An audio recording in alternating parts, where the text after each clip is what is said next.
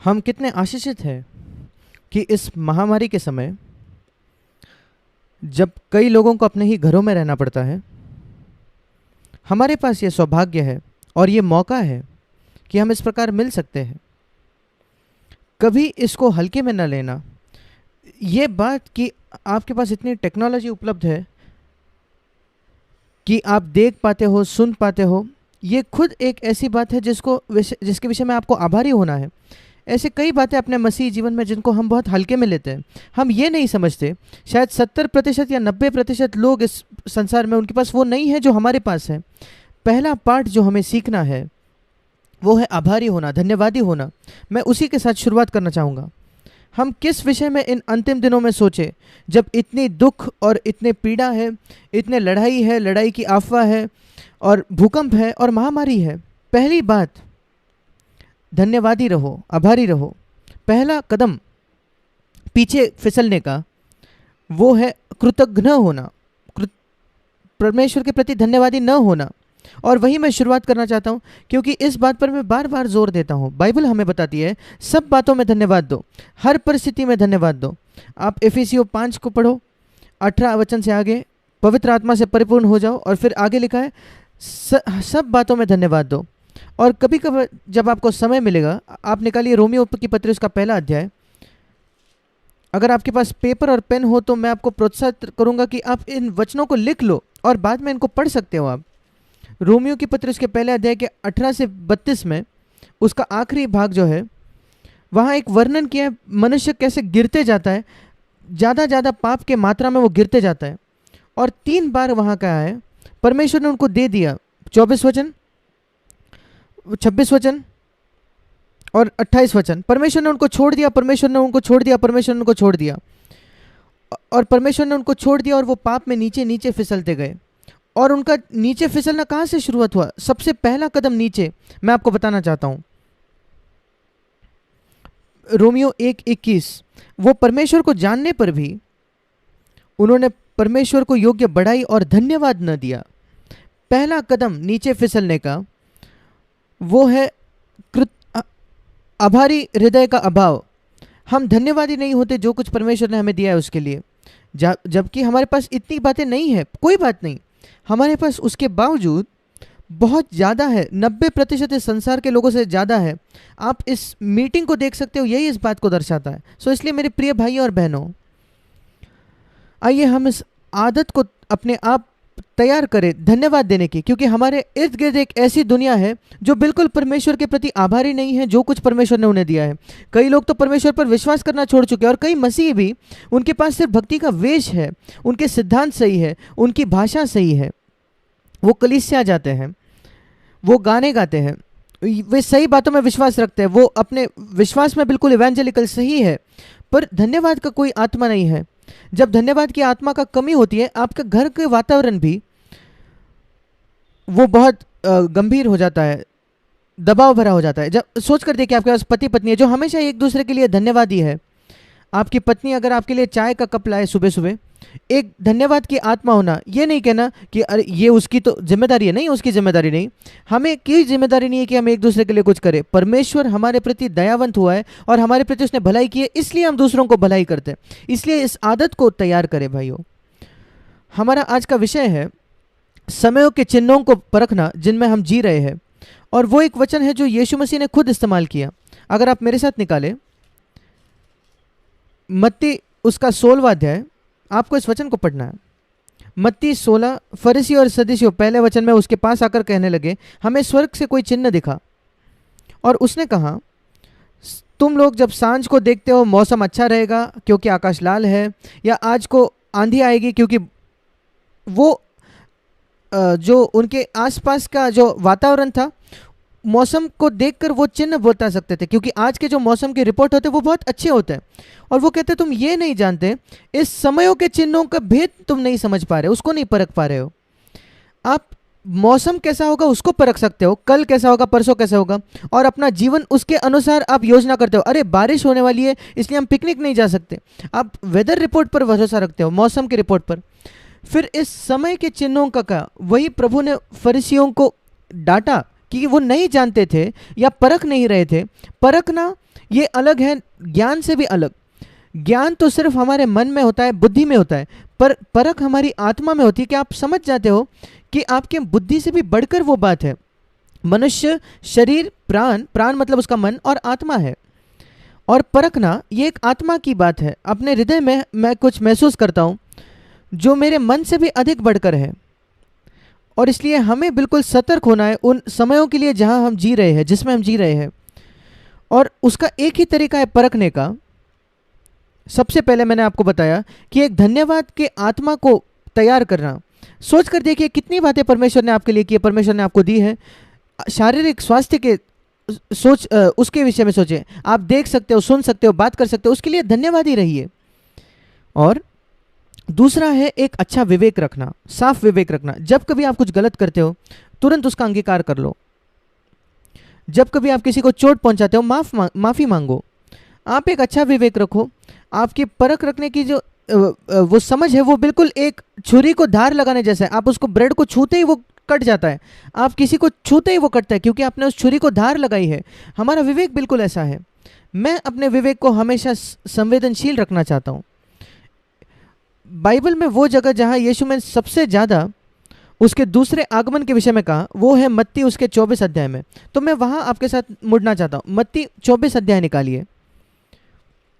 वहाँ लिखा है, शिष्य जब यीशु मसीह उस पर्वत पर बैठा था, उसके चेले उसके पास आकर वो कहने लगे, प्रभु ये सब बातें कब होगी?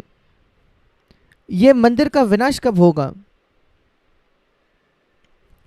और ये समय के अंत कब होगा? और तेरे आने की क्या चिन्ह है? और मैं देखना चाहता हूं मत्ती 24 में यीशु मसीह ने क्या कहा। बिल्कुल पहला चिन्ह उसके आने का। कई लोग संसार में चिन्ह ढूंढ रहे हैं, लड़ाई, अकाल, भूकंप। हाँ, उसने वो भी कहा 6ठे वचन में, लड़ाइयाँ होंगी, अफवाह होंगी, लड़ाई की चर्चे, और भूकंप और अकाल 7वें वचन। पर पहली बात क्या कही यीशु मसीह ने? कई लोग उसको ही नहीं पहचानते। पहला चिन्ह क्या है अंतिम दिनों का? धोखा, भरमाना। मत्ती 24 यीशु मसीह ने उनको उत्तर दिया अपने शिष्यों को 4 वचन में। उन्होंने पूछा तीन बातें प्रश्न पूछे। ये मंदिर का विनाश कब होगा, वो पहला प्रश्न था, क्योंकि यीशु ने उसके पहले कहा था कि इस मंदिर को नाश किया जाएगा। दूसरी बात, तेरे आने का क्या चिन्ह होगा, तीसरा वचन। और तीसरी बात पूछा, जगत के अंत का क्या चिन्ह होगा। और उसने तीनों का जवाब दिया एक एक सीक्वेंस में, क्रम से। और पहली बात जो वो कहता है कि कोई तुम्हें भरमाने ना पाए। और भरमाना या धोखा खाना, बहुत ज़्यादा फैलने वाला धोखा, वो एक ज़्यादा गुण होगा अंतिम दिनों का। और विशेषकर मसीही लोगों में, मसीही जगत में आज इतना धोखा है। मसीही जगत में आज एक बहुत बड़ा संख्या की धोखा है। अगर आप मत्ती 24 को पूरी तरीके से पढ़ो, आप पाओगे यीशु मसीह ने भूकंप और अकाल और लड़ाई के विषय में इतना कुछ नहीं कहा, पर वो बार बार धोखे के विषय में बताते रहा। उदाहरण के तौर पर वो 11वें वचन में कहता है, हमने 4 वचन में पहले ही देखा उसने क्या कहा है, 6 और 7 वचन में। आगे 11वें वचन में हम पढ़ते हैं, वो कहता है बहुत से झूठे भविष्यद्वक्ता उठ खड़े होंगे और बहुतों को भरमाएंगे। फिर एक बार वो भरमाने के विषय में, धोखा देने के विषय में बात कर रहा है। और वो आगे बढ़कर कहता है 26 वचन और 27 वचन में भी, मेरे साथ निकालिए 26 और 27 वचन मत्ती 24 का। इसलिए यदि वे तुमसे कहे देखो वो जंगल में है, देखो वो अंदरूनी कमरे में है, उन पर विश्वास न करना, क्योंकि मेरा आना एक बिजली के जैसे होगा जो पूर्व से निकलकर पश्चिम तक चमकती है।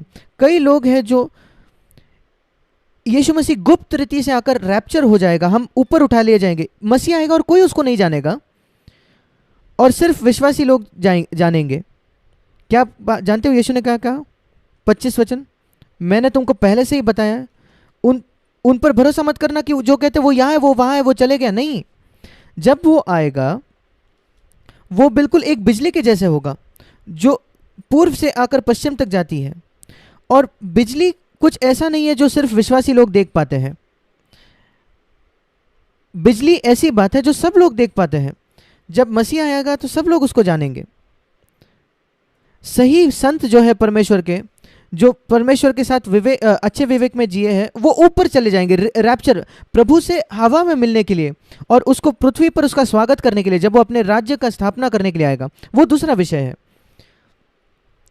पर उन दिनों का क्या, जब हम जी रहे हैं? सबसे पहले धोखा।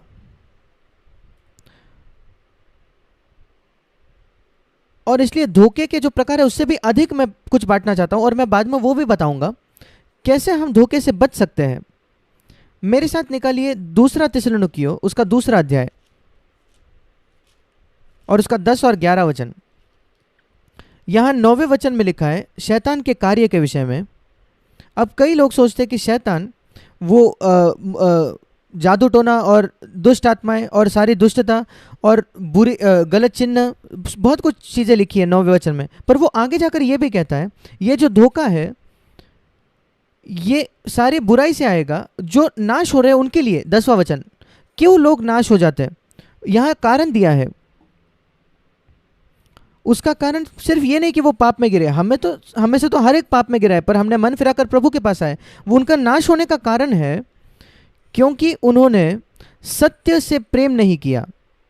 10वां वचन, ताकि उनका उद्धार होता, पाप से उद्धार होता। जब कभी नए नियम में उद्धार के विषय में लिखा है, कभी भी नरक से उद्धार के विषय में नहीं लिखा है, हमेशा पाप से उद्धार के विषय में लिखा है, पाप से छुटकारा। सबसे पहला वायदा नई नियम में, तुम उसका नाम यीशु बुलाओगे, क्योंकि वो अपने लोगों को नरक से नहीं बल्कि अपने लोगों का उनका पापों से उद्धार करेगा। और क्योंकि वो अपने पापों से वो उद्धार पाते हैं, वो नरक से भी उद्धार पाते हैं। पर वो विशेषकर हमें नरक से उद्धार करने के लिए नहीं आया, वो पाप से उद्धार करने के लिए आया। नरक से उद्धार तो भविष्य में होगा, और इसलिए ये बहुत ज़रूरी है। दूसरा थिस्सलुनीकियों 2, 10 और 11 ये वो वचन है जिसने मेरी सहायता की है जब मैं एक ऐसे मसीह जगत में जीता हूँ जो धोखे से भरा हुआ है। सब जगह कई सारे सिद्धांत है, कई लोग जो दिखते पवित्र हैं पर फिर भी जैसे समय बीतते जाता है, ये लोग जो कहते हैं कि वो बहुत पवित्र है, वो पैसे के पीछे भागते हैं, वो आदर के पीछे भागते हैं, वो पाप में गिर जाते हैं, वो यौन पाप में गिरते हैं। और हम सोचते हैं कि क्या हो रहा है, क्या हो रहा है। ईश्वरीय लोग जिनको हम सोचते हैं कि ये तो ईश्वरीय, पर वो आपको निराश कर देते हैं। मैं आपको बताता हूँ कैसे आप हमेशा उद्धार पाओगे, बचोगे धोखे से। इसने मेरी कई वर्षों से सहायता की है। दूसरा थिस्सलुनीकियों 10 और 11। क्यों परमेश्वर 11वें वचन में एक भटका देने वाली सामर्थ को या धोखा देने वाली सामर्थ को लोगों पर भेजता है कि वो झूठ पर विश्वास करें। ये एक अद्भुत वचन है। मैंने आपको बताया मुख्य चिन्ह अंतिम दिनों का वो है धोखा। क्यों परमेश्वर खुद लोगों को धोखा खाने की अनुमति देता है? बाइबल बताती है यिर्मयाह 17 में कि हमारा हृदय धोखा देता है सारी बातों में। यहाँ कुछ है जो हमें धोखा देता है। बाइबल बताती है इफिसियों 4 अध्याय में कि हमारे लालसाएं, अभिलाषा जो शरीर में, हमारे देह में लालसाएं है जो हमें धोखा देती है। हमारा हृदय धोखा देता है, हमारी लालसाएं शरीर की वो धोखा देती है। बाइबल बताती है प्रकाशित वाक्य 12 अध्याय में कि शैतान भी धोखा देता है इस पूरे संसार को। यहाँ 3 धोखे देने वाले हैं। हमारा हृदय, अगर आपने नया जन्म नहीं पाया तो, आपके शरीर की लालसाएं, अभिलाषाएं सबके लिए, और शैतान। कैसे हम इससे बचे? और इन सारी बातों के ऊपर ऐसा लिखा है परमेश्वर खुद अगर हमें धोखा देने लगे फिर हमारे लिए कोई आशा ही नहीं रहती। हम लड़ सकते हैं हृदय के धोखे से, लालसाओं के धोखा से और शैतान के धोखे से भी, अगर परमेश्वर खुद हमें सत्य में रखता है। पर यहाँ लिखा है सत्य, परमेश्वर खुद एक भटका देने वाली, भरमाने देने वाली सामर्थ को भेजेगा कुछ लोगों पर। और यह मत कहो क्योंकि मैं एक विश्वासी हूं मैं धोखा नहीं खाऊंगा। मैंने कई मसीहों को देखा, विश्वासियों को मेरे जीवन में। मैं 61 वर्षों से एक मसीह रहा हूं, अभी 62 वर्ष होने वाला है, मैं अभी 81 वर्ष का हूं। पर मैंने अपने जीवन में देखा है कई मसीह धोखा खाते हैं और गिर जाते हैं। क्यों, कैसे, क्यों वो धोखा खाते हैं, कैसे हम उससे बच सकते हैं? यहां वो लिखा है इस कारण से, दूसरा थिस्सलुनीकियों 2:11, ये कारण है परमेश्वर ने उनमें एक भटका देने वाली सामर्थ को भेजा है। क्यों परमेश्वर उनको अनुमति नहीं देता कि वो धोखा से बच जाए? हम में से कुछ लोग बैठकर कहेंगे हम बाइबल पर विश्वास रखते हैं, हम बाइबल पर विश्वास रखते हैं, हम नहीं धोखा खाएंगे। मेरे प्रिय भाई, मेरे प्रिय बहन, जितना अधिक आप घमंडी हो उतना अधिक संभव है कि आप धोखा खाओगे। परमेश्वर घमंडियों का विरोध करता है, पर वो नम्र लोगों को अनुग्रह देता है। और कोई फर्क नहीं पड़ता आप किस बात के घमंड करते हो, आपके सुंदरता का, आपके बुद्धि का, आपके ओहदे का, आपके नौकरी, आपके पैसे का, आपके घर, आपकी गाड़ी, आपके आत्मिकता, बाइबल का ज्ञान, 101 बातें हैं जिनके विषय में आप घमंडी हो सकते हो। पर परमेश्वर का वचन सत्य है। याकूब 4 और 1 पत्रस 5, परमेश्वर अभिमानियों का विरोध करता है, पर वो दीनों पर अनुग्रह, नम्र लोगों पर अनुग्रह करता है। उस वचन से मैं जिया हूं कई सालों के लिए, इसको याद रखे। मैंने इस प्रकार उसका चित्रण किया है। अगर मैं नम्र हूं परमेश्वर के सामने, लोगों के सामने नहीं, हम सब लोगों के सामने एक्टिंग करते हैं नम्र होने की, पर अगर परमेश्वर देखते कि मैं अपने बारे में कम विचार रखता हूं, अनुग्रह मतलब वो मेरे पीछे आकर मुझे आगे ढकेलेगा, कोई मुझे नहीं रोक सकता। मेरी आत्मिक उन्नति और बढ़ोतरी, विकास वो अद्भुत होगी, क्योंकि शैतान मुझे नहीं रोक सकता, संसार मुझे नहीं रोक सकता, मेरी अभिलाषाएं मुझे नहीं रोक सकती। परमेश्वर मुझे अनुग्रह दे रहा है, मुझे पीछे से वो आगे ढकेल रहा है। पर जैसे ही मैं घमंडी हो जाता हूं किसी भी बात का, मेरे आत्मिकता का, मेरे बाइबल के ज्ञान का, मेरे जो मैंने हासिल किया है, जो मैंने प्रभु के लिए किया है, या कोई भी प्रकार की मूर्ख बात ऐसी, परमेश्वर मेरे आगे आ जाएगा और मुझे पीछे ढकेलेगा। वो मतलब है परमेश्वर अभिमानियों का विरोध करता है। मैं आपको प्रश्न पूछना चाहता हूं मेरे भाइयों बहनों, क्या आप चाहते हो परमेश्वर आपके पीछे आकर आपको आगे ढकेले या आपके सामने आकर आपका विरोध करे? परमेश्वर खुद लोगों को भटका देगा, धोखा देगा। क्यों? कारण जरूरी है। यहां लिखा है 2 थिस्सलुनीकियों 2:10, 2 बातें लिखी है यहां। वो सत्य से प्रेम नहीं करते, और दूसरी बात, वो उद्धार नहीं चाहते, पापों से छुटकारा नहीं चाहते।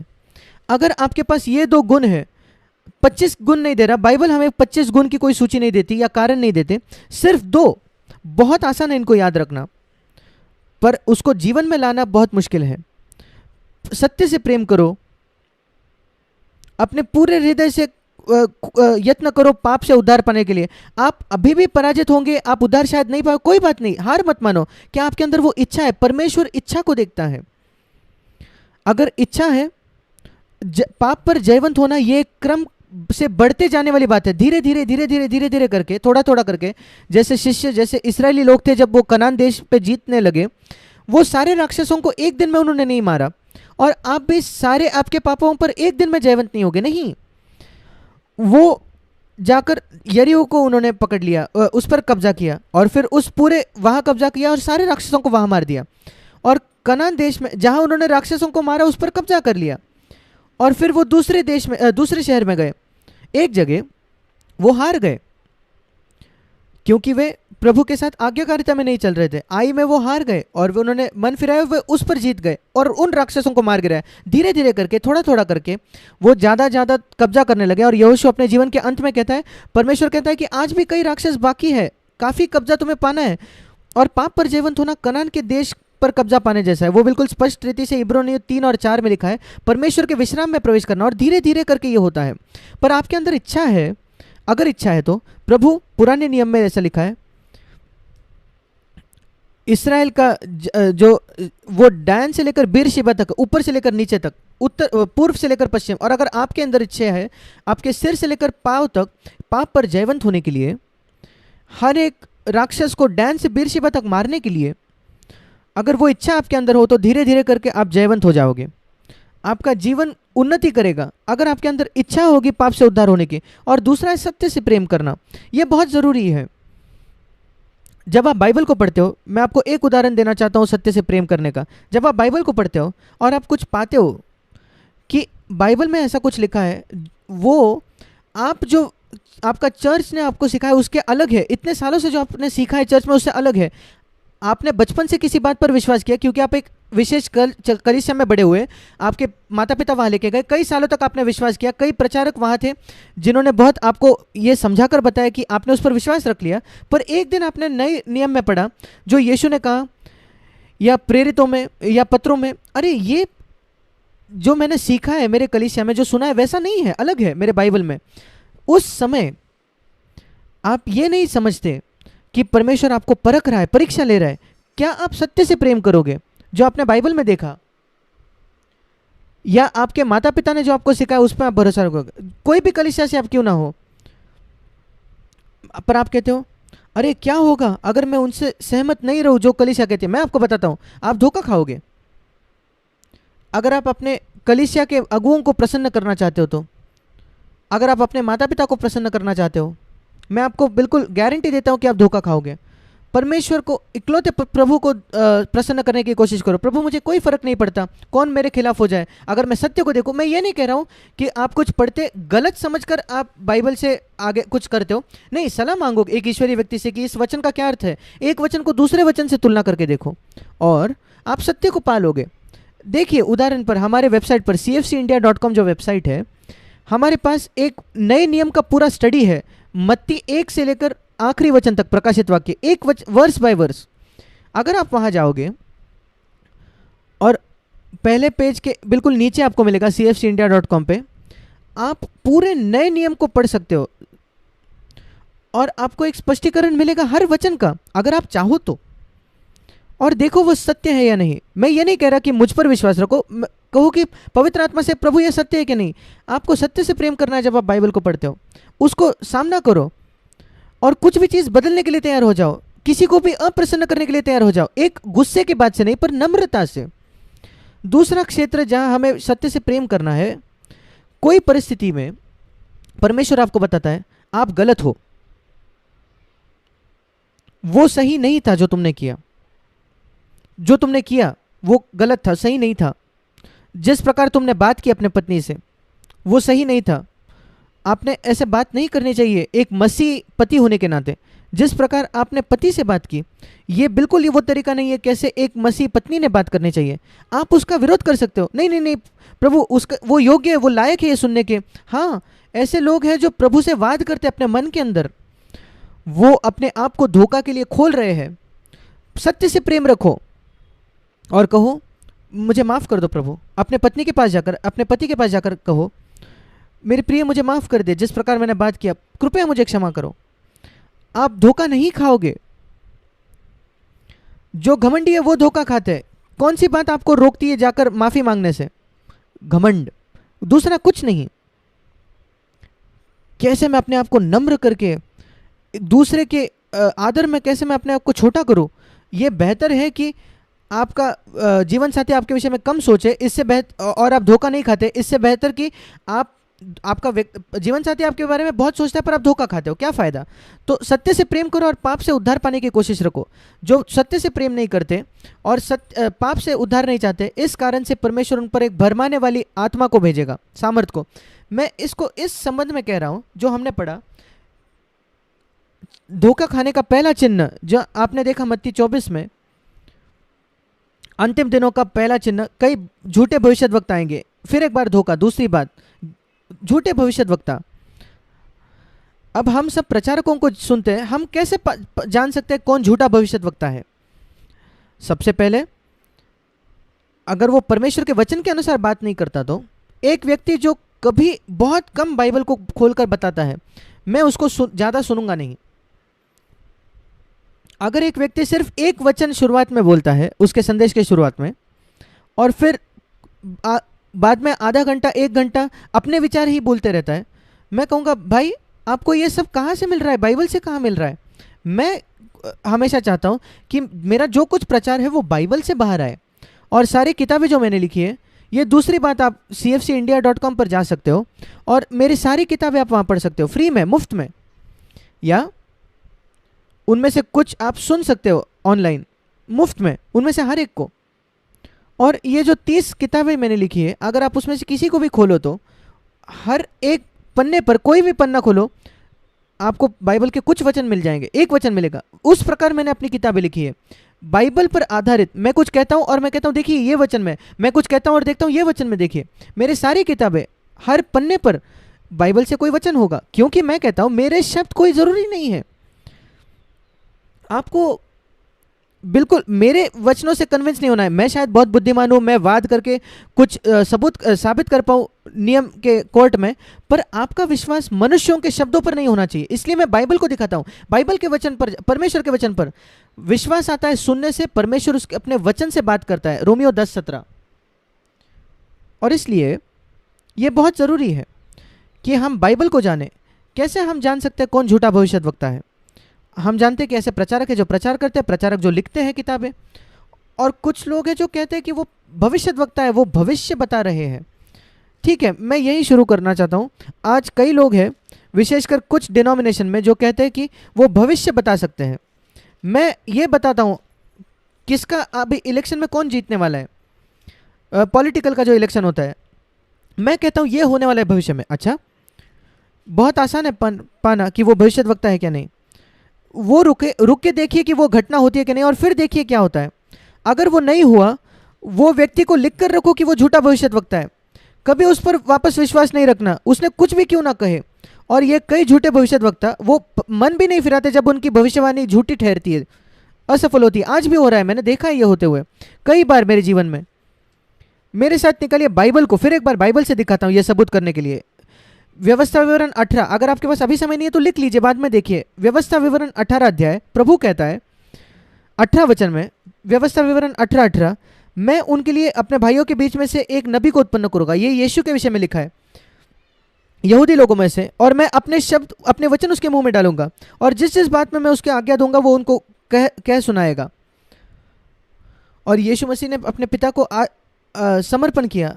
और व्यवस्था विवरण 18:19, जो मनुष्य मेरे वचन मेरे नाम से कहेगा, ग्रहण न करेगा, यीशु मसीह ने पिता के नाम से सारे वचनों को कहा, मैं उसका हिसाब उससे लूंगा। आपको याद है उस जब यीशु मसीह का रूपांतरण हो रहा था उस पहाड़ पर, पतरस, यूहन्ना, याकूब था, मत्ती 17 में हम पढ़ते हैं। मूसा और एलिया वहां आए, प्रकट हुए, और पतरस इतना अचंभित हो गया, वो कहने लगा, प्रभु हम यहाँ 3 तंबू बनाएंगे, एक तेरे लिए क्योंकि तू सबसे ज़रूरी है, और एक मूसा के लिए, और एक एलिया के लिए। तुरंत एक वहाँ बादल आ गया। जब कभी आप यीशु मसीह को किसी मनुष्य के साथ एक समान कर देते हो, वो मूसा या एलिया क्यों ना हो, सबसे बड़ा प्रचारक इस संसार का, आपके और परमेश्वर के बीच में एक बादल आ जाएगा। आप उसको नहीं देख पाओगे परमेश्वर को। आपको लगता है कि क्यों परमेश्वर आपको दिखता नहीं, धुंधला लगता है। आपने किसी मनुष्य को यीशु के समान बना दिया है। आपने मनुष्य के शब्दों को यीशु के शब्दों के समान बना दिए। आप उसके शब्दों को बाइबल से तुलना करके नहीं देखते, इसलिए आपके और परमेश्वर के बीच में एक बादल छा गया है। और जब वो बादल उठा दिया गया, एक वचन सुनाई गई उस रूपांतरण के पहाड़ पर, मत्ती 17 में, और उस स्वर्ग से आकाश ने उस वाणी को कहा, ये मेरा पुत्र है। मूसा और एलिया गायब हो गए तुरंत। ये मेरा प्रिय पुत्र है, उससे सुनो, इसी की सुनो। वही हम पढ़ते हैं व्यवस्था विवरण 18 में भी, मैं एक नबी को खड़ा करूंगा, आपको उसको सुनना है। और फिर आगे व्यवस्था विवरण 18 में, अगर एक नबी अभिमान करके मेरे नाम से, 22 वचन, व्यवस्था विवरण 18:22 आखिरी वचन, कोई व्यक्ति अगर कहे कि वो नबी है, मेरे नाम से, प्रभु के नाम से कुछ कहे, प्रभु के नाम से मैं कह रहा हूं ये होने वाला है, ये होगा, वो होगा, इस तारीख को, उस तारीख को, और जो वचन वो कहता है वो घटे ना, पूरा ना हो जाए, तो वो वचन यहोवा का कहा हुआ नहीं है। परंतु उस नबी ने वह बात अभिमान करके कही है, मतलब अभिमान से, घमंड से वो दावा करने लगा कि वो एक नबी है, और उसने कहा प्रभु ये कहता है। और कई मूर्ख विश्वासी उस पर विश्वास करने लगे, क्योंकि उन्होंने व्यवस्था विवरण 18:22 नहीं पढ़ा, उन्होंने बाइबल को नहीं पढ़ा। मैंने हमेशा लोगों को कहा है, अगर आपके पास बाइबल है आपकी भाषा में, और आप उसको नहीं पढ़ते और उसका अभ्यास नहीं करते, पढ़ाई नहीं करते, तो आप इस लायक हो कि आप धोखा खाओ, आप योग्य हो कि आप धोखा खाओगे। अगर आपके पास बाइबल है अपनी भाषा में और आप उसको नहीं पढ़ते और उसका अभ्यास नहीं करते, तो आप सिर्फ विश्वास करते हो कि ये व्यक्ति क्या प्रचार करता है, वो व्यक्ति क्या प्रचार करता है, यूट्यूब के संदेशों को सुनते हैं। मैं धन्यवाद देता हूं लोगों को कि हमारे पास मौका है यूट्यूब पर प्रचार करने का। 2000 मेरे संदेश है यूट्यूब पर, आप उसको सुन सकते हो। पर ध्यान, सतर्क रहिए, सारे संदेश जो आप सुनते हो देखिए कि वो प्रचारक जो है वो बाइबल के वचन से बता रहे हैं या नहीं। सिर्फ जो कुछ आप सुनते हैं उसको स्वीकार नहीं करने। कुछ लोग बहुत अच्छे प्रभावशाली वक्ते होते हैं पर वो पवित्र आत्मा से अभिषिक्त नहीं होते। धोखा और नबुवतें, भविष्यवाणी जब वो पूरी नहीं होते, मैं बहुत अचंभित हूँ कि कितने लोग ऐसे भविष्य वक्ताओं को सुनते हैं, नबियों को सुनते हैं, जो कुछ नबुवत करते हैं और वो पूरा नहीं होता और वो वापस जाकर उसको सुनते हैं। फिर आप धोखा खाने के लायक हो, क्योंकि आप इसको तुच्छ जान रहे हो जो व्यवस्था विवरण 18:22 में लिखा है। मैं बिल्कुल कठोरता से कहना चाहता हूँ मेरे भाइयों बहनों, क्योंकि मैं आपको मसीह में प्रेम करता हूँ और मैं नहीं चाहता कि आप में से कोई धोखा खाए। मैं प्रचार कर रहा हूँ 55 वर्षों से, या उससे भी ज़्यादा शायद, और एक बोझ जो परमेश्वर ने मुझे दिया है वो है लोगों को धोखे से बचाना, उनको बाइबल दिखाकर ये देखो ये वचन, देखो ये वचन, और इस प्रकार उनको सुरक्षा करना। सिर्फ परमेश्वर का वचन ही हमें सुरक्षित रखेगा और प्रभु पवित्र आत्मा के अभिषेक। क्या आप जानते हो एक बात जिसके बारे में मैं बिल्कुल निश्चित हूँ, मैंने 60 वर्षों से बाइबल को पढ़ा है, और एक बात जिसके विषय में बिल्कुल सुनिश्चित हूँ, ये किताब बाइबल ये परमेश्वर का वचन है। जब मैंने अपने मसीह जीवन की शुरुआत की, कैसे मैं जान सकता था? आज मैं कह सकता हूँ परमेश्वर का वचन है, क्योंकि उसने मेरे जीवन को बदल दिया। मैंने अपने जीवन में इसको साबित किया है कि वो परमेश्वर का वचन है। अलग अलग परिस्थितियों में मैंने यहाँ एक जवाब पाया है। मैं आपको कई उदाहरण दे सकता हूँ जहाँ परमेश्वर के वचन से मैंने एक स्पष्ट उत्तर को पाया सारे कठिन परिस्थितियों में। पर जब मैंने अपने मसीह जीवन को शुरुआत की 61 वर्षों पहले, मैं नहीं जानता था, मेरे पास कोई अनुभव नहीं था। फिर मैंने शुरुआत कैसे की बाइबल परमेश्वर का वचन है इस पर विश्वास करने की? जब कभी मैं सचमुच ईश्वरीय व्यक्ति को मिलता था, मैं आपको बताता हूँ बहुत ही कम सच्ची ईश्वरीय लोगों को मैं मिला हूँ अपने जीवन में। कुछ दिखते हैं ईश्वरीय, पर जब आप उनके नज़दीक जाते हो आप पाते हो कि ये घमंडी है, थोड़े घमंडी है या थोड़े हठी है, वो नम्र नहीं है, वो सब लोगों को मूल्य नहीं देते, वो कुछ एक श्रेणी के लोगों को ये मूल्य देते, या वो पैसे से प्रेम करते हैं, या वो विश्वास योग्य नहीं है यौन के क्षेत्र में, या ऐसा कुछ। मैं बहुत कम ईश्वरीय लोगों से मिला मेरे जीवन में जिनके विषय में मैं उनको देखकर कह सकता था ये परमेश्वर का जन है। और अगर आप ऐसे 2 या 3 को भी मिले हो तो आप बहुत ज़्यादा आशीषित हो, क्योंकि ज़्यादा नहीं है ऐसे लोग। पर एक बात जो मैंने पाया उन कम ईश्वरीय लोगों में जिनको मैं मिला जब मैं बहुत जवान था, 2 बातें जो मेरे लिए बाहर मुझे दिखी उनके विषय में, सारे ईश्वरीय लोगों के विषय में। वो सब विश्वास करते थे, पहली बात कि बाइबल परमेश्वर का वचन है, और दूसरा वे सब विश्वास करते थे पवित्र आत्मा से भरने में,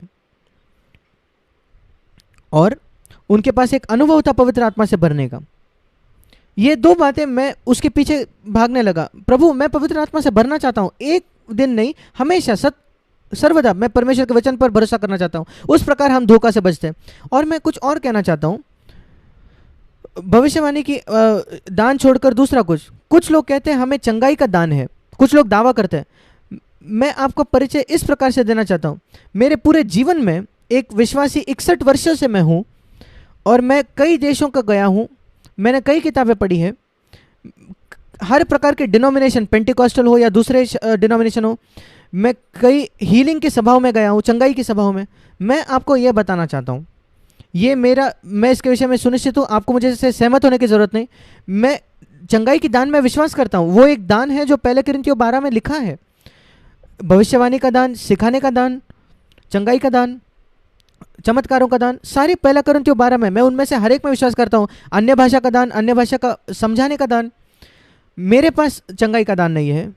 जो दान परमेश्वर ने मुझे दिया है वो है सिखाने का, शिक्षक होने का। इवेंजलिज्म भी नहीं, सुसमाचार भी नहीं। मैंने कोशिश की सुसमाचार देने की। मेरे जवान दिनों में मैं ट्रैक्स देता था हर बस में, हर ट्रेन में, और मैं सड़कों पर खड़ा होता था कई सालों तक, और मैं प्रचार करता था, पर किसी का नया जन्म नहीं हुआ। मैंने देखा कि मैं सुसमाचार प्रचारक नहीं हूँ, मुझे वो स्वीकार करने दो। मैं चाहता था होने को, मैं बहुत उत्सुक था कि जिन्होंने सुसमाचार नहीं सुना उनके पास जाना है, और मैंने नेवी में अपना जॉब छोड़ने को तय किया। मैंने कहा प्रभु तू मुझे कहीं भी भेज, मैं जाऊँगा, पर मैं जाकर प्रचार नहीं कर सकता दूसरे लोगों को अगर तू मुझे दान न दे सुसमाचार का। मैं घमंडी नहीं होना चाहता कि मैं जाकर सुसमाचार प्रचारूंगा, नहीं, मैं हर एक व्यक्ति को गवाही दे सकता हूं, पर एक मिशनरी होने के लिए आपको एक सुसमाचार का दान होना चाहिए, और मेरे पास वो नहीं था। और मैंने पाया परमेश्वर ने मुझे सिखाने का दान दिया था। जब मैं प्रचार करता था बहुत कम लोग नया जन्म पाते थे, पर जब मैं मीटिंग में जाकर सिखाने लगता था कई लोग समझने लगे बाइबल को, और मैंने पाया कि मेरा दान है। और शुरुआत में मैं उसको बहुत कम इससे मैंने स्वीकार किया सुसमाचार के बजाय, पर आज मैं देख सकता हूँ परमेश्वर चाहता था वो दान कलीसिया में हो, और इस वजह से उसने मुझे जो देखा कलीसिया की क्या ज़रूरत है, इसलिए वो दान मुझे दिया। और कैसे आप जान सकते हो एक व्यक्ति एक अच्छा डॉक्टर है या नहीं? हम उदाहरण लेकर देखते हैं। आप एक डॉक्टर के पास एक बीमारी लेकर जाता हूँ, और वो आपको बताता है कि इस बीमारी का कारण ये है, और आपको बताता है आपको क्या करना चाहिए, एक दवाई लेनी चाहिए या आपको क्या काम करना चाहिए ठीक होने के लिए, और आप उसको करते हो और आप चंगे हो जाते हो। ये एक अच्छे डॉक्टर की निशानी है। अगर आप दूसरे किसी के पास जाओ जो डॉक्टर नहीं है, और वो कुछ बातें बताता है और कुछ नहीं होता, आप कितने बार उस डॉक्टर के पास जाओगे? या एक बार गलती से कुछ काम कर जाता है, नहीं, एक अच्छा डॉक्टर वो आपको बिल्कुल सही से तरीके से बताएगा। वो अगर नहीं जानता वो कहेगा नहीं मैं नहीं जानता, और उनके फल से आप जानोगे। यीशु मसीह ने भी कहा, मैं कहता हूँ कैसे मैं जान सकता हूँ कि मैं एक इवेंजलिस्ट नहीं था, सुसमाचार वाला नहीं था। मैंने प्रचार किया सुसमाचार का, पर किसी का भी नया जन्म नहीं होता था, बहुत कम लोगों का। पर जब मैं सिखाने लगा, मैं देखने लगा, लोग मेरे पास आकर कहते थे, भाई जैक मैं कभी उस वचन को नहीं समझता था जब तक आपने मुझे नहीं बताया। मेरे लिए स्पष्ट हो गया, मैंने इतने बार इसको पढ़ा था। और फिर मैंने पाया धीरे धीरे, एक या दो नहीं, सब लोग उस रूम में थे, कमरे में, वो आशीषित हो जाते थे मेरे सिखाने से। मैंने पाया कि मेरा दान है, मेरे पास चंगाई का दान नहीं था। मैंने बहुत बीमारों के लिए प्रार्थना की, क्योंकि बाइबल बताती है याकूब 5 में कि बीमारों पर हाथ रखो, प्राचीनों को, अगुओं को प्रार्थना करनी है बीमारों के लिए। और मैं प्रार्थना करता था। मैं कोई बड़ी बातों के लिए प्रार्थना नहीं करता, गंभीर बीमारियों के लिए, पर अगर कोई एक खांसी या जुकाम या बुखार के लिए आता है, मैं उनके लिए प्रार्थना करता हूँ। और बहुत छोटी मात्रा में मैंने देखा है, कभी कभार कोई व्यक्ति चंगा होता है प्रार्थना के उत्तर में, 100 लोगों में एक व्यक्ति। हाँ, मैं चंगाई में विश्वास रखता हूँ। मैं हमेशा बीमारों के लिए प्रार्थना करता था। जब कभी मेरे बच्चे बीमार थे घर में, जब वो थे छोटे थे, मैं उनके ऊपर हाथ रखता था। और मैं सारे माता पिता को प्रोत्साहन करता हूँ ये करने के लिए, उन पर हाथ रखकर यीशु मसीह के नाम से, उनको छोटी जुकाम या फीवर भी हो, प्रार्थना करो यीशु के नाम से और वो चंगे हो जाएंगे। पर मेरे पास चंगाई का दान नहीं है। और मैं जानता हूँ, क्योंकि हर व्यक्ति जिस पर मैं हाथ रखता हूँ वो चंगा नहीं होता। अगर 100 में से एक व्यक्ति चंगा होता है तो मेरे पास चंगाई का दान नहीं है। मैं आपको एक उदाहरण देना चाहता हूँ। अगर मैं 100 लोगों को प्रचार करता हूँ और उसमें से 99% कहते हैं कि भाई जैक मैं कुछ भी नहीं समझा आपने क्या कहा उसको, और एक व्यक्ति कहता है हाँ मैं समझ गया, मैं बिल्कुल सुनिश्चित हो सकता हूँ कि मेरे पास सिखाने का दान नहीं है, क्योंकि 99 लोग नहीं समझे मैंने क्या कहा। वो आप कैसे जान सकते हो किसी व्यक्ति के पास चंगाई का दान है या नहीं? जब वो प्रार्थना करता है किसी के लिए, वो चंगा ही पाते हैं। ये नहीं कि 100 में से एक चंगा होता है। मैं इन हीलिंग मीटिंग्स में गया हूँ, चंगाई की सभा, जहां 10,000 में से एक चंगा होता है। ये क्या है? ये उस व्यक्ति के विश्वास की वजह से। ये नहीं कि वो व्यक्ति के पास चंगाई का ज्ञान था। और मैं चंगाई के दान में विश्वास करता हूँ। मैं आपको मेरी गवाही देना चाहता हूँ। मेरे जीवन काल में मैं कभी नहीं मिला हूँ इकलौते व्यक्ति के साथ जिसके पास चंगाई का दान हो। और मैं कभी एक व्यक्ति के बारे में सुना भी नहीं है जिसके पास दान था। जब कभी उन्होंने किसी के लिए प्रार्थना की वो चंगे हुए। वह यीशु मसीह के साथ ऐसा था। एक बार जब कोई व्यक्ति उससे कहने लगा, यीशु मसीह मैं पूरी तरीके से चंगा नहीं हुआ हूँ, मुझे लगता है मनुष्य पेड़ों की तरह दिख रहे हैं, वो चल रहे हैं, आप उसको मरकुस में पढ़ते हो। यीशु ने कहा ठीक है मैं तुम्हारे लिए फिर एक बार प्रार्थना करूँगा। क्या आप जानते हो कुछ झूठे चंगाई वालों ने क्या किया? वो प्रार्थना करके कहते, अगर वो चंगा नहीं होते, वो कहते नहीं नहीं नहीं, अंगीकार करो कि तुम चंगे हो गए हो, ये कहो कि हाँ मैं चंगा हो गया, फिर आप चंगाई पाओगे। ये धोखा है, वो झूठ कहना है। आप कैसे कह सकते हो आप चंगा हो गए जब आप चंगे हुए ही नहीं हो? जब वो व्यक्ति ने यीशु को कहा कि मैं स्पष्टता से नहीं देख पाता हूँ, मुझे मनुष्य पेड़ की तरह दिखाई पड़ते हैं, यीशु मसीह ने ये नहीं कहा नहीं नहीं नहीं अंगीकार करो कि आप चंगे हो गए हो, नहीं। वो कहा ठीक है, ईमानदार होना, आप ईमानदार हो जाओ, मैं नहीं चाहता कि आप झूठ कहो, मैं नहीं चाहता कि आप कहो मैं चंगा हूँ जब मैं चंगा नहीं हूँ। मैं कितना खुश हूँ ये सुनकर। और यही फ़र्क है यीशु मसीह में और आज के चंगा करने वाले में। मैं एक उदाहरण देना चाहता हूँ, आप मरकुस 8 में इसको पढ़ते हो।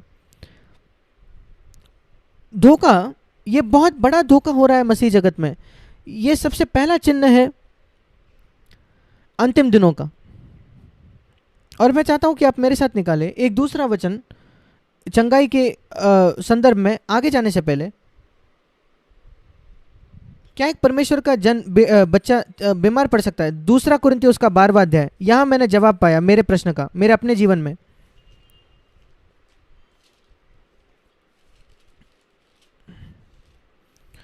मैं आपको 2 बीमारियां बताता हूं जो मेरे पास है, जो आप देख पाते हो। मेरे बाल नहीं है और मैं चश्मा पहनता हूं। क्या आप जानते हो ये बीमारी है? क्या आप जानते हो मैं स्वर्ग में मेरे बाल होंगे, मैं ऐसा बिना बाल का नहीं होऊंगा। आप अचंभित हो जाओगे मुझे स्वर्ग में देखेंगे, मेरे बाल हो गए और मैं चश्मा नहीं पहनूंगा। इसको मायोपिया कहते हैं, ये एक बीमारी है, चश्मा लगना। और ये चंगाई वालों को मैं बहुत अचंभित होता हूँ कि वो कहते हैं कि मैं चंगाई का दान है, और वो उनके पास बाल भी नहीं और वो चश्मा भी पहनते हैं। आइए हम अपने आप को मूर्ख ना बनाएं, क्योंकि अगर परमेश्वर चंगा करता है, क्या वो सारी बीमारियां चंगा करता है? नहीं, बिल्कुल नहीं। पर मैं आपको बताता हूँ मैंने कहाँ जवाब पाया है। मेरे पास बीमारी है मेरे जीवन में, और परमेश्वर ने मुझे भी चंगा किया है, पर यही मैंने पाया है। दूसरा कुरिन्थियों 12वां अध्याय, पौलुस कहता है, परमेश्वर ने उसको दिया 7वां वचन, उसके शरीर में एक कांटा, एक बीमारी का प्रकार था। मेरे पास समय नहीं आपको दिखाने के लिए, पर मुझे लगता है उसकी आंखों की ये बीमारी थी। हम इसको गलातिया 4 में पढ़ते हैं। कारण क्यों परमेश्वर ने उसको ये होने दिया? क्योंकि वो इतना अद्भुत तरीके से इस्तेमाल किया जा रहा था परमेश्वर के द्वारा, और वो प्रलोभित होता था बहुत घमंडी होने के लिए। खतरा यही था उसका कि वो घमंडी हो जाए, और इसलिए प्रभु ने उसको एक बीमारी दी ताकि वो नम्र रहे। और मैं आपको बताता हूँ, कई महान परमेश्वर के सेवक, उनको एक शरीर में कांटे की जरूरत होती है उनको नम्र रखने के लिए। और यहाँ लिखा है, उसने 3 बार प्रार्थना की, यीशु मसीह के नाम से मुझे चंगा कर, यीशु मसीह के नाम से मुझे चंगा कर, चंगा कर। क्या आप जानते हो प्रभु ने क्या कहा? नहीं, अगर मैं चंगा करूंगा तो तुम घमंडी हो जाओगे पौलुस। दूसरा कुरिन्थियों 12:9, पर मैं उससे चंगाई से बेहतर कुछ देता हूं। क्या चंगाई से बेहतर कुछ है? हाँ, मेरा अनुग्रह। 9वां वचन, मेरा अनुग्रह तुम्हारे लिए बहुत है, पर्याप्त है, क्योंकि तुम्हारे निर्बलता में मेरा अनुग्रह तुम्हें सामर्थ देगा जयवंत होने के लिए। लोग तुम्हें देखेंगे कि तुम बीमार हो पर जयवंत हो, और मुझे पूर्ण हृदय से मेरी सेवा कर रहे हो। और फिर पौलुस ने कहा, मैं फिर चंगाई के लिए प्रार्थना नहीं करूंगा, मैं अनुग्रह के लिए प्रार्थना करूंगा। यही यही मैं प्रार्थना करता हूं हर बार जब मैं बीमार हो जाता हूं। मैं कहता हूं, प्रभु क्या तू मुझे कुछ सिखाने की कोशिश कर रहा है? क्या कोई क्षेत्र है जहां मैं थोड़ा घमंडी हो गया था? प्रभु, हम सब खतरे में घमंड के, प्रभु तू मुझे दिखा। और कभी कभी प्रभु मुझे दिखाता है और मैं अपने आप को शुद्ध कर लेता हूं तुरंत। मैं परमेश्वर को धन्यवाद देता हूं। थोड़े वो जो फीवर आता है, बुखार आता है, या कभी कभी आप बिस्तर में होते हो, और अच्छी बात बिस्तर में लेटने की है, आप सिर्फ ऊपर ही देख सकते हो, और आप ऊपर देखकर कहते हो, प्रभु तू मुझे क्या सिखाना चाहता है? क्या कुछ है मेरे जीवन में जिसको मुझे सही करना है, सुधारना है? और जब मैं प्रार्थना करता हूं, जब मैं बीमार होता हूं, प्रभु या तो तू मुझे चंगा कर, या तू मुझे अनुग्रह दे कि मैं जयवंत बनूं। और अगर आपको लगता है कि अनुग्रह चंगाई से बेहतर है, तो मैं भी अनुग्रह चुनता हूं प्रभु। पर अगर चंगाई बेहतर है तो प्रभु तू मुझे चंगाई दे। मैं सोचता हूं कि ये धर्मी प्रार्थना है। दूसरा कुरिन्थियों 12 इस पर आधारित। प्रभु अगर ये कांटा मुझे रखना है अपने शरीर में पूरे जीवन भर, तो मैं इसको स्वीकार करता हूं, और तू मुझे अनुग्रह भी देगा, क्योंकि तू देखता है कि मेरे लिए अनुग्रह बेहतर है। पर अगर चंगाई मेरे विश्वास को चुनौती देने वाला है, तो मैं चंगा होना चाहता हूं। और इसलिए ये प्रार्थना कीजिए और कहिए, प्रभु तू या तो मुझे चंगाई दे या तो मुझे अनुग्रह दे। और बिल्कुल तैयार रहे दोनों को स्वीकार करने के लिए। प्रभु को यह मत भय कि उसने आपको क्या देना चाहिए, परमेश्वर बेहतर जानता है, आपसे भी बेहतर। और मैं ये कहना चाहता हूं एक और बात, जो चंगाई के संदर्भ में, क्योंकि बीमारी इतनी आम है विश्वासियों में, इसलिए मैं कहता हूं, और इतना धोखा है इन अंतिम दिनों में इस क्षेत्र में, इसलिए मैं स्पष्टीकरण दे रहा हूं। पहला कुरिन्थियों उसका 6वां अध्याय और उसका 13वां वचन, पहला कुरिन्थियों 6:13, यहाँ भोजन और सेक्स, यौन के विषय में लिखा है। 2 बड़ी लालसा है शरीर की, 2 बड़ी लालसा है जो सारे मनुष्यों के अंदर है, वो है भोजन की लालसा और यौन संबंध की लालसा। भोजन पेट के लिए और पेट भोजन के लिए, पहला कुरिन्थियों 6:13, परंतु परमेश्वर इसी को और उसको दोनों को नष्ट करेगा। फिर वो यौन संबंध के विषय में कहता है, देह व्यभिचार के लिए नहीं, एक धर्मी यौन का उसको संतुष्टता है अपने पत्नी के साथ, बाकी सब गलत है। पर शरीर, ये बात मैं आपको दिखाना चाहता हूं, देह प्रभु के लिए है।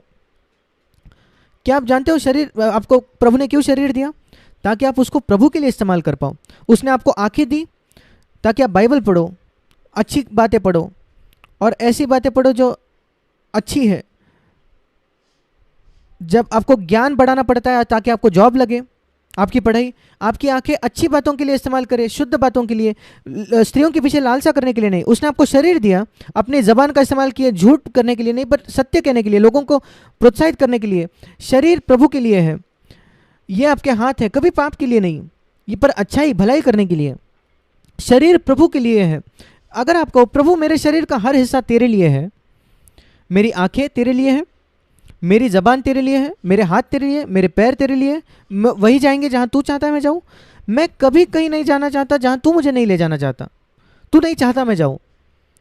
फिर दूसरा भाग है उसी वचन का अंतिम भाग, फिर प्रभु देह के लिए होगा, शरीर के लिए होगा। मैंने इसको एक वायदा लिया है अपने आप के लिए, वो वचन मैं कहता हूं प्रभु यीशु, मेरे ज्ञान से सबसे अच्छे तरीके से मैं कह रहा हूं, मेरी जानकारी के हिसाब से, मैं कुछ नहीं पढ़ना चाहता मेरे आंखों से या देखना नहीं चाहता जो तुझे अप्रसन्न करेगा। मैं मनुष्य के चेहरे के सामने नहीं जीना चाहता, बल्कि तेरे चेहरे के सामने। मैं कभी कुछ कहना नहीं चाहता मेरी जबान से जो लोगों को चोट पहुंचाएगी। मैं सत्य कहना चाहता हूं, अगर सत्य से चोट पहुंचती है तो ठीक है, पर मैं मेरे भाषा से या ये भी एक भी कठोर असभ्य शब्द नहीं इस्तेमाल करना चाहता मेरे पत्नी को या किसी को भी। मैं बिल्कुल सतर्क होना चाहता हूं अपने जबान से। वो तेरे लिए, मेरा शरीर तेरे लिए प्रभु। मैं अपने हाथों से कुछ नहीं करना चाहता जो पापमय है। मैं ऐसे पत्र नहीं लिखना चाहता जो पापमय है। कुछ झूठे चीज़ पर मैं साइन नहीं देना चाहता, पैसा नहीं कमा करना चाहता झूठा स्टेटमेंट देकर। और मेरा शरीर तेरे लिए प्रभु, और क्योंकि मेरा शरीर तेरे लिए प्रभु, तू मेरे शरीर के लिए है, सिर्फ मेरे प्राण के लिए नहीं, मेरी आत्मा के लिए नहीं, तू मेरे शरीर के लिए है। मेरा शरीर प्रभु के लिए और प्रभु मेरे शरीर के लिए। ये आपके इस पर भरोसा रखें। इस प्रकार चंगाई को खोजना चाहिए और मेडिसिन लेने से ना डरे। पहला तीमुथियुस 5वां अध्याय। तीमुथियुस एक बहुत ईश्वरीय व्यक्ति था और उसका भी शरीर में काटा था, क्या आप जानते हो? पहला तीमुथियुस उसका 5वां अध्याय और उसका 23 वचन।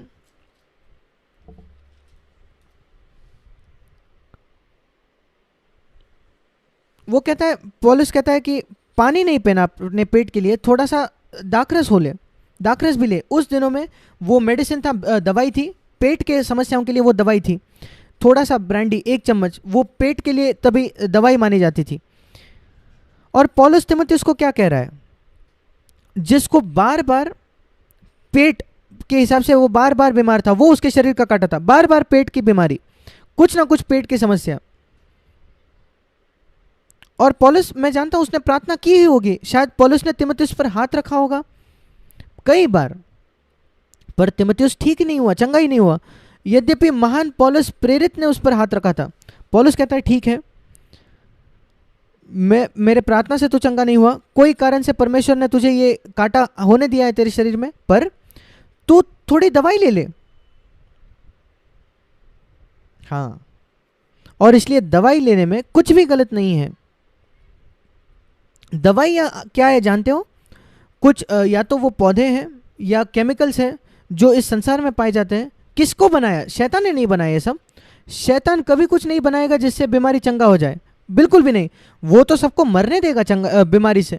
परमेश्वर की दया है कि उसने इस पृथ्वी पर ऐसी बातों को रखा है, ऐसी चीज़ों को जो चंगाई लाती है। एक ऐसे संसार जो एक श्राप के नीचे है आदम के पाप की वजह से, और इसलिए बिल्कुल सही है अगर आप दवाइयाँ लेते हो तो। फिर वैक्सीनेशन का क्या, टीका लेने के विषय में क्या? अब इतनी कंट्रोवर्सी और बहुत अलग अलग विचार है इसके विषय में, पर मैं व्यक्तिगत तौर पर विश्वासी करता हूँ ये बिल्कुल ठीक होगा अगर हम टीका लगाए, वैक्सीनेशन ले लें। क्या आप जानते हो एक ऐसा समय था संसार में जब बहुत सारे लोग स्मॉल पॉक्स से मर रहे थे? 20वीं शताब्दी की शुरुआत में भारत में, यूरोप में, कई जगहों पे। पर अब वो स्मॉल पॉक्स गायब हो गया है, वो बीमारी ही नहीं रही, क्योंकि बच्चों को एक वैक्सीनेशन दिया जाता था, टीका दिया जाता था। मुझे याद है जब मुझे अपने हाथ पर मिला टीका जब मैं छोटा था, अब उसकी ज़रूरत नहीं क्योंकि वो बीमारी ही चली गई। और या टीबी, क्षय रोग जो है, उसके लिए भी ट्रीटमेंट है, और पोलियो के लिए टीका है, और इतनी सारी बातें। अगर आप एक दवाई लेते हो या कोई ट्रीटमेंट लेते हो, आप उससे सुरक्षित हो सकते हो, उसमें कुछ गलत नहीं है। अपने बच्चों को पीड़ा मत उठाने दें।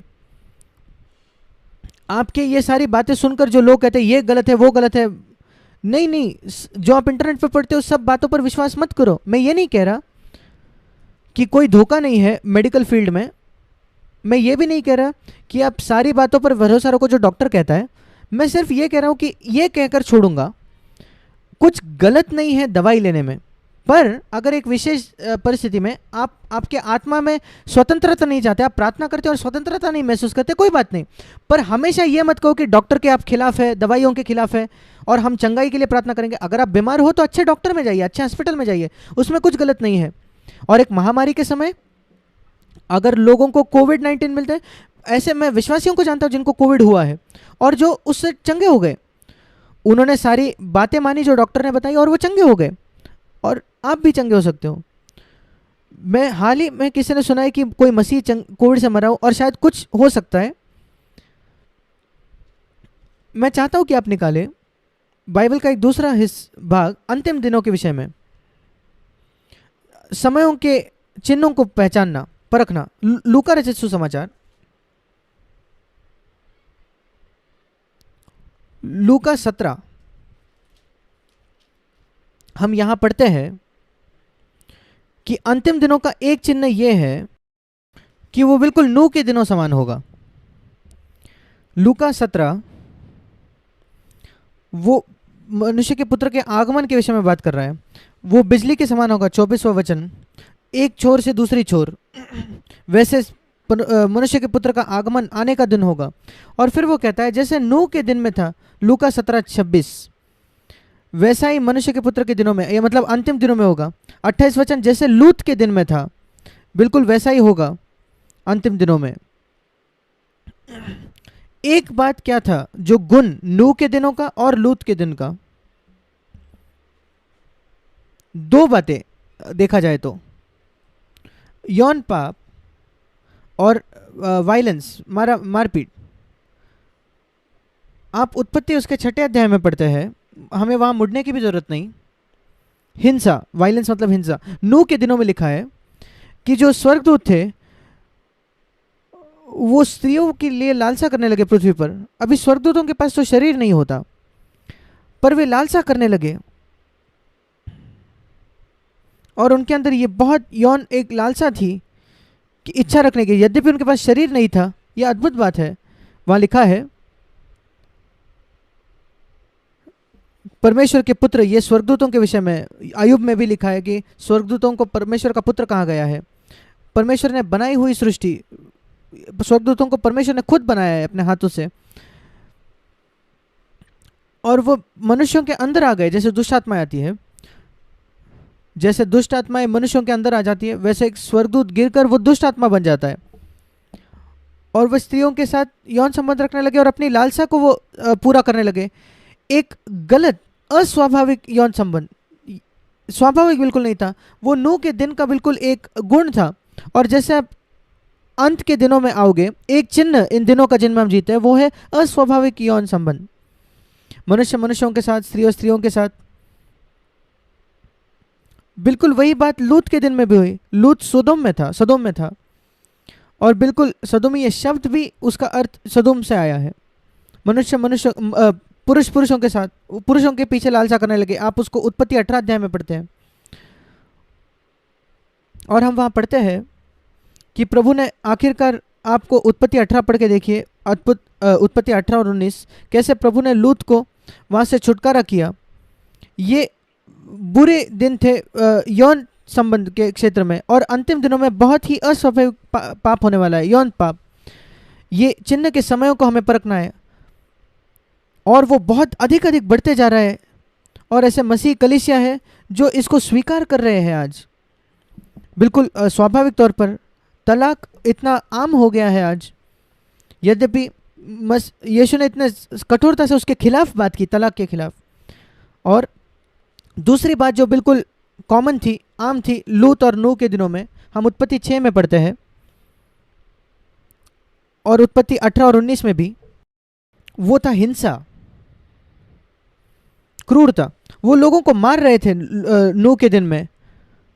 और लूत के दिनों में भी, जब स्वर्गदूत आए लूत के घर में, लोग चाहते थे कि उनको बाहर निकाले और उनको उनको मार डाले। सेक्स और हिंसा, बिल्कुल अस्वाभाविक सेक्स का पाप, और आमतौर पर भी जो व्यभिचार होता है, विवाह के पहले यौन संबंध, ये सब बहुत आम हो जाएगा अंतिम दिनों में। पोर्नोग्राफी, अश्लील बातें, ये इसी बात से बढ़कर बाहर आता है।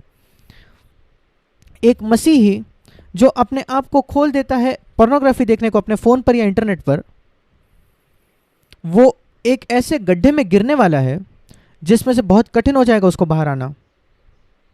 परमेश्वर उसको बाहर खींच सकता है किसी भी गड्ढे से, सबसे गहरे गड्ढे से भी।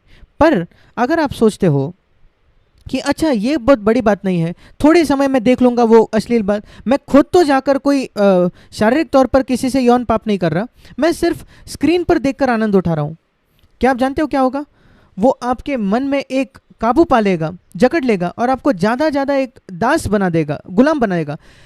शैतान का लक्ष्य यही है कि एक चेन डालता है और आपको वो पसंद आता है, फिर वो एक और चेन डालता है, आप गुलाम हो जाते हो। लड़ो उससे, आज़ाद हो जाओ। अगर कोई आपको रस्सी से बांधने लगे, क्या आप मुक्त होने की कोशिश नहीं करोगे? क्यों आप शैतान को अनुमति देते हो कि वो एक चेन से आपको बांध दे, और वो आप वैसे ही बैठकर एक चेन आपके इस पर बांधने देते हो? एक ही तरीका है पोर्नोग्राफी से बचने का, अश्लील बातों से बचने का, और मैं आपको बताना चाहता हूँ वो क्या है। मैं आपको बाइबल से इसको दिखाऊंगा। पहला कुरिन्थियों और उसका 6वां अध्याय और उसका 18वां वचन। पहला कुरिन्थियों 6:18। व्यभिचार से बचे रहो। हिंदी में बचे रहो लिखा है, इंग्लिश में लिखा है भाग जाओ। भाग जाने से भी बड़ा शब्द है वो, पूरे स्पीड से भाग जाओ व्यभिचार से। और मैं वहाँ पोर्नोग्राफी भी लिखूंगा, अश्लीलता से बचे रहो, क्योंकि वो मन में व्यभिचार है। जो भी है उससे भागना है आपको। अंतिम दिनों में बहुत भरकर हो जाएगा ये। नूह और लूत के दिनों में अस्वाभाविक पाप, यौन पाप और विवाह के पहले और व्यभिचार, ये सब कुछ गलत है। उससे भागने का एक ही तरीका है। अगर आप कुछ देख रहे हो कंप्यूटर पर, आप प्रलोभित होते हो एक साइट पर क्लिक करने के लिए जो आपको गलत साइट पर ले जाएगी, और गलती से आप खुल जाते हो, बंद करके भाग जाओ, कंप्यूटर बंद करके। वो अर्थ है भाग जाने का। दूसरे जगह भाग जाओ, चलने के लिए जाओ, कहीं किसी विश्वासी को मिलो और थोड़ी देर बाद वापस आओ। या आपके फ़ोन पर अचानक आप प्रलोभित होते हो, फ़ोन बंद कर दो उसी समय। वो अर्थ है भागने का। मैं आपको बिल्कुल गारंटी देता हूँ, पवित्र आत्मा आपकी सहायता करेगा अगर आप वो करते रहो हर समय। तो जब कभी आप प्रलोभित होते हो अश्लील बातें देखने की, पोर्नोग्राफी देखने की, हाँ, हम उस पर जय पा सकते हैं। ज़रूर हम जय पा सकते हैं, जयवंत हो सकते हैं। मैं जानता हूँ लोग जो उसके गुलाम थे, जिन्होंने उस पर जय पाया। कभी ये मत सोचा कि आप, यद्यपि आप कई सालों तक उसके गुलाम रहो। मैं यीशु मसीह के नाम से बताना चाहता हूँ, वो बंधुआ लोगों को छुड़ाने के लिए आया है और वो आपको मुक्त करने के लिए, आज़ाद करने के लिए आया है। इन अंतिम दिनों के समयों को परखो, चिन्हों को परखो, और उसमें आप भी न खो जाओ। सारे व्यभिचार से भागो, दूसरा कोई तरीका ही नहीं है। 18 वचन। और मैं एक और वचन आपको दिखाना चाहता हूं अंतिम दिनों के विषय में। दूसरा तीमुथियुस और उसका 4था अध्याय, उसका 3रा अध्याय, माफ करना, दूसरा तीमुथियुस उसका 3रा अध्याय। यहां अंतिम दिनों के विषय में लिखा है। पहले वचन में यहां लिखा है, अंतिम दिनों में कठिन समय आएंगे। और लिविंग बाइबल का जो भावनावोदय है वो बहुत सुंदर है इस वचन के विषय में। कठिन मतलब क्या? छल, सताव नहीं, शायद सताव नहीं होगा, कुछ जगह होगा, पर कुछ जगह सांत्वना भी होगा। लिविंग बाइबल में लिखा है, अंतिम दिनों में एक मसीह होना बड़ा कठिन होगा, क्योंकि जितना समझौता होगा कलीसियाओं में, और स्तर और आदर्श मापदंड को बहुत नीचे किया जाएगा प्रचारकों द्वारा, और तलाक बहुत आम बात हो जाती है, व्यभिचार बहुत आम बात हो जाती है, अनैतिकता बहुत आम हो जाती है, समलैंगिकता बहुत आम हो जाते हैं, समलैंगिक विवाह जो है आम हो जाते हैं, कलीसिया भी उसको स्वीकार करने लगते हैं। और आप सोचो कि प्रभु मैं कहाँ मुड़ूं, मैं कहाँ एक ऐसी संगति पाऊंगा जो परमेश्वर के वचन के लिए खड़ी होती है, जो आप सचमुच आशीषित हो मेरे भाई और बहनों। अगर आपके पास एक ऐसी संगति आपके जगह जो सत्य के लिए खड़े होती है, परमेश्वर के वचन के सत्य के लिए, वही हमने अलग अलग जगह स्थापना करने की कोशिश की। ऐसे कलीसिया जो परमेश्वर के वचन के लिए सच है, ईश्वरीय लोग जो अगुए हैं, नम्र व्यक्ति है। हमारे CFC कलीसियाओं में कोई भी एल्डर, कोई भी अगुआ जो है, हमारे पास पास्टर्स नहीं है, हम उनको एल्डर्स बुलाते हैं, अगुए बुलाते हैं, कलीसिया के अगुए। किसी को भी पेमेंट नहीं मिलती हमारी कलीसियाओं में। हर एक व्यक्ति खुद काम करता है, जैसे प्रेरित पौलुस काम करता था। मैं खुद भी, मैंने कोई एक पैसा नहीं लिया है अपने कलीसिया से। इन 45 वर्षों में जब हमारी ये कलीसिया है बेंगलोर में, हम अपने आप को आधार देते हैं किसी ना किसी काम पर। हम बहुत आसानी से सर्वसाधारण जीते हैं। जरूरी बात है इससे मुक्त होना, क्योंकि मैं आपको दिखाना चाहता हूं दूसरा तीमुथियुस 3रा अध्याय क्यों कठिन होगा मसीह होना अंतिम दिनों में। क्योंकि यहां 4 प्रकार के प्रेमियों के विषय में कहा है। ध्यान से सुनिए। स्वार्थी, खुद के प्रेमी, दूसरा वचन। स्वार्थी मतलब खुद के प्रेमी, पैसे के प्रेमी, दूसरा वचन। सुख विलास के प्रेमी, चौथा वचन, परमेश्वर के प्रेमी, चौथा वचन। परमेश्वर के प्रेमी हमें होना है, हमें वो बनना है, पर उसके विरोधाभास में तीन दूसरे प्रेमी हैं, तीन दूसरे प्रेम जो हमारे जीवन में आ सकते हैं। अगर आप इसमें से किसी भी एक प्रेम को अपने जीवन में आने दो तो बहुत कठिन हो जाएगा मसीह बनना। इसलिए मैं अपने शब्दों में बताना चाहता हूं, अंतिम दिनों में एक मसीह होना बहुत कठिन होगा, क्योंकि ये दूसरे तीन प्रेम आपके जीवन में आएंगे जो परमेश्वर के प्रेम के खिलाफ है, विरोध में है। मैं शुरुआत करना चाहता हूं दूसरे वचन से, पैसे का प्रेम। यीशु मसीह ने कहा लूका 16 अध्याय उसके 14वें वचन में, इसको आप लिख के रख सकते हो, अगर आप परमेश्वर से प्रेम करते हो तो आप पैसे से प्रेम नहीं कर सकते। अगर आप पैसे से प्रेम करोगे तो परमेश्वर से नहीं प्रेम कर सकते। अगर आप परमेश्वर की सेवा करना चाहते हो तो पैसे का सेवा नहीं कर सकते। पैसे का इस्तेमाल कर सकते हो, आपके पास पैसा हो सकता है, आप लखपति करोड़पति हो सकते हो और परमेश्वर की सेवा का ही कर सकते हो। पर अगर आपके पास बस $100 भी होंगे बैंक अकाउंट में और अगर आप उससे प्रेम कर सकते हो तो आप परमेश्वर की सेवा का ही नहीं कर सकते। आपके पास कितना पैसा है वो जरूरी नहीं। लोग सतर्क होते हैं पैसे से और उसको बचत करके, और वो बहुत पैसा कमाते हैं और वो उसको सेविंग्स रखते हैं भविष्य के लिए। उसमें कुछ गलत नहीं है, भविष्य के लिए सेविंग्स रखना, बचा कर रखना। बाइबल नीति वचन 6 अध्याय में कहती है चींटी के पास जाकर देखो कैसे चींटी अपने भविष्य के लिए बचा कर रखती है, जोड़ कर रखती है विंटर सीजन के लिए। और वो कहता है कि जो लेजी है उनको कि बचत खाता रखो। यीशु मसीह के पास बचत खाता था, यहूदा इस्करियोती, पर वो खुद एक छल करने वाला था। पर जब यीशु को पैसा मिलता था वो एक दिन में खर्च नहीं करता था। लोग यीशु को दान देते थे और वो यहूदा के बैग में रखता था। यहूदा की बैग जो थी वो बचत खाता था और उसमें कुछ गलत नहीं है। यीशु ने कहा उसको बचो, शायद हमें अगले हफ्ते उसकी आवश्यकता पड़ेगी, अगले महीने में, इसलिए बचत करने में कुछ गलत नहीं है भविष्य के लिए। दूसरे कुरिन्थ उसके 12वें अध्याय, दूसरा कुरिन्थ 12 और 14 कहता है, उसका 14वां वचन, माता पिता को अपने बच्चों के लिए बचत करके रखनी है भविष्य के लिए। अपने बच्चों को ऐसे ही न छोड़े, उनकी पढ़ाई लिखाई करो, उनकी देखभाल करो, उनके भविष्य के लिए कुछ राशि बचा कर रखो। जब बारिश के दिन आएंगे, जैसे एक कहावत है, बारिश के दिनों के लिए आप तैयार रहना है, जैसे चींटी तैयार रहती है भविष्य के लिए। पैसा बचत करने में गलत नहीं है, पैसा रखने में गलत नहीं है, पैसे से प्रेम करना गलत है। प्रेम करना अपने मन में होता है। और आप जानते हो आप पैसे के विषय में प्रेम करते हो क्या नहीं? अगर आप ज़्यादा समय पैसे के विषय में सोचता हूँ, ज़्यादातर समय क्या सोचते हो? क्या ज़्यादा पैसा कमाने के विषय में आपको आनंद मिलता है जब आप आपके बैंक अकाउंट को देखते हो, अरे मुझे इतना मिल गया है? सतर्क रहिए भाई, शायद आप पैसे से प्रेम करने लगे हो।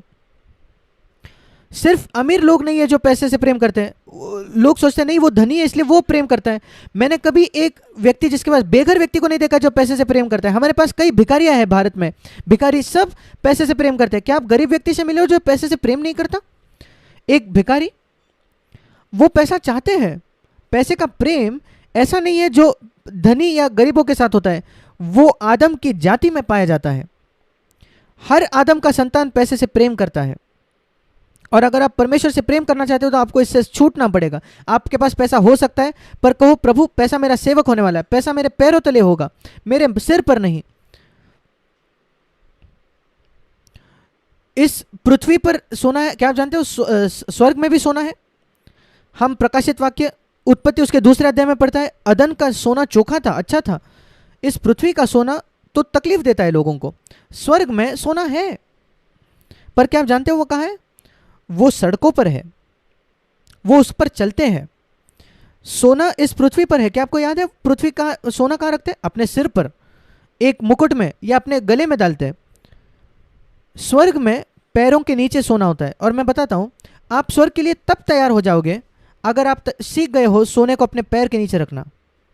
वैसा ही स्वर्ग में होगा। क्योंकि क्या आपने सीखे हो पैसे को अपने पैरों तले रखना? उसको बाहर फेंको मत, उसको अपना सेवक बना दो, अपना स्वामी नहीं। पैसा एक बहुत अच्छा सेवक है, बहुत बहुत उपयोगी सेवक, पर एक बहुत बदतर स्वामी है। इसलिए बहुत सतर्क रहिए, बुद्धिमानी रहे पैसे के इस्तेमाल में, उससे प्रेम ना करें। अंतिम दिनों में बहुत कठिन होगा मसीह होना, क्योंकि लोग पैसे के प्रेमी हो जाएंगे। दूसरी बात, सुख विलास के प्रेमी। हम 4 वचन में पढ़ते हैं, 2 तिमोथी 3:4, जो सुख, गलत पाप में सुख विलास ढूंढ रहे ना। आमतौर पर रिलैक्स होना, आराम करना वो अच्छी बात है। कोई प्रकार से हम रिलैक्स होते हैं, आराम करते हैं, क्योंकि हम एक टेंशन के जगत में जीते हैं। लोगों को बहुत काम करना पड़ता है, 8-9 घंटे, और यहाँ वहाँ हर दिन ट्रैवल करना पड़ता है, सफ़र करना पड़ता है। पुराने दिनों में जब काम पर जाना होता था, उनको शायद 1 या 2 घंटा आगे पीछे लगता था, बहुत समय उसमें जाता है। और इसलिए कुछ आराम करने का, रिलैक्सेशन करना अच्छा है जो साफ सुथरा है और अच्छा है। मैं ये नहीं कहना चाहता कि वो क्या है, शायद बाहर जाना या बच्चों के साथ खेलना, अलग अलग तरीके से आप आराम कर सकते हो, रिलैक्स हो सकते हो, ये अच्छी बात है, उसमें सुख है जो अच्छा है। उदाहरण तौर पर अच्छा खाना खाना, भोजन करना। पर जब वो एक प्रेम हो जाता है, सुख विलास का प्रेम, जो पाप में सुख विलास है, फिर वो आपकी लालसाओं को उत्तेजित कर रहा है। या जब आप एक पेटू हो जाते हो, खाते रहते हो, आपको खाना है खाना है खाना है खाना है खाना है खाना है, और आप खाने के लिए जी रहे हो, जहाँ आप खाने के लिए जीते हो और जीने के लिए खाते नहीं, फिर आप सुख के प्रेमी हो गए हो, सुख विलास के। उससे दूर भागिए और उससे घृणा कीजिए और कहिए, प्रभु मैं इस पर जय पाना चाहता हूँ, मैं वही खाना चाहता हूँ जो ज़रूरी है मेरे लिए, मैं एक अनुशासित होना चाहता हूँ मेरे खाने में, मैं शरीर को नाश नहीं करना चाहता जो तूने मुझे दी है। उसी तरीके से आप आपका समय का कैसे इस्तेमाल करते हो। कई अच्छे समय रिलैक्सेशन की कोशिश तरीके हैं, एक वेकेशन लेना, कहीं छुट्टी पर जाना, पर निश्चित हो जाए कि वो पाप नहीं हो रहा, आपका सुख विलास का प्रेम और आसान जीवन का वो परमेश्वर से दूर ना ले जाता है। कुछ लोग पैसा और सुख विलास से इतना प्रेम करते हैं कि उनको बाइबल पढ़ने का समय नहीं है। कैसे ये लोग कह सकते कि वो मसीह है। तीसरी बात, तीसरा प्रेमी, दूसरा तीमुथियुस 3:2, वो है स्वयं का प्रेमी। स्वार्थी मतलब खुद का प्रेमी। ये है आदर का प्रेम करना। हम चाहते हैं कि लोग हमारी सराहना करें, तारीफ करें। उससे घृणा कीजिए मेरे भाई, उससे घृणा कीजिए कि लोग आपका आदर करें, आपकी तारीफ करें, उससे दूर रहिए। वो सिर्फ आपके स्वयं को मजबूत बनाएगा आप में, और मसीह आपके सिंहासन से निकाल दिया जाएगा। और इसलिए ये 3 खतरे हैं अंतिम दिनों के। कठिन होगा मसीह होना। क्यों?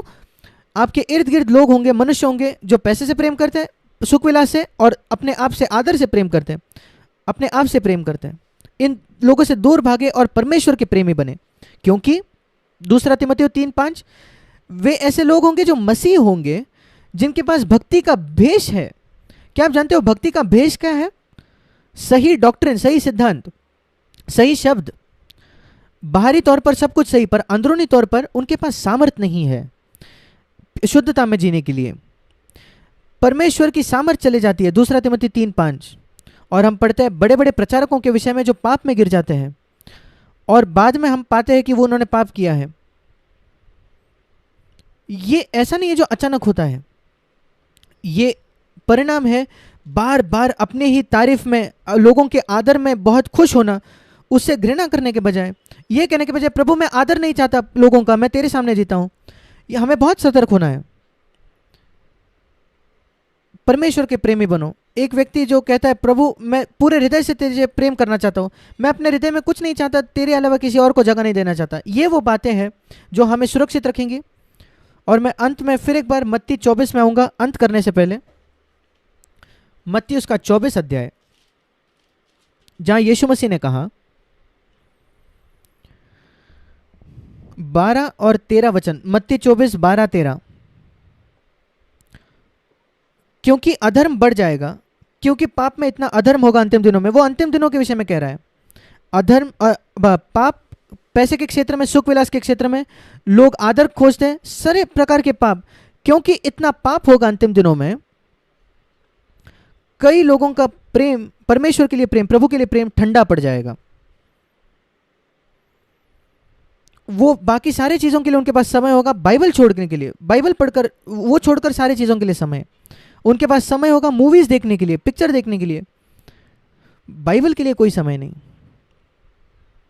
उनके पास समय होगा इंटरनेट पर जाने के लिए, सारी जानकारी इंटरनेट पर हासिल करने के लिए, पर बाइबल के लिए समय नहीं होगा।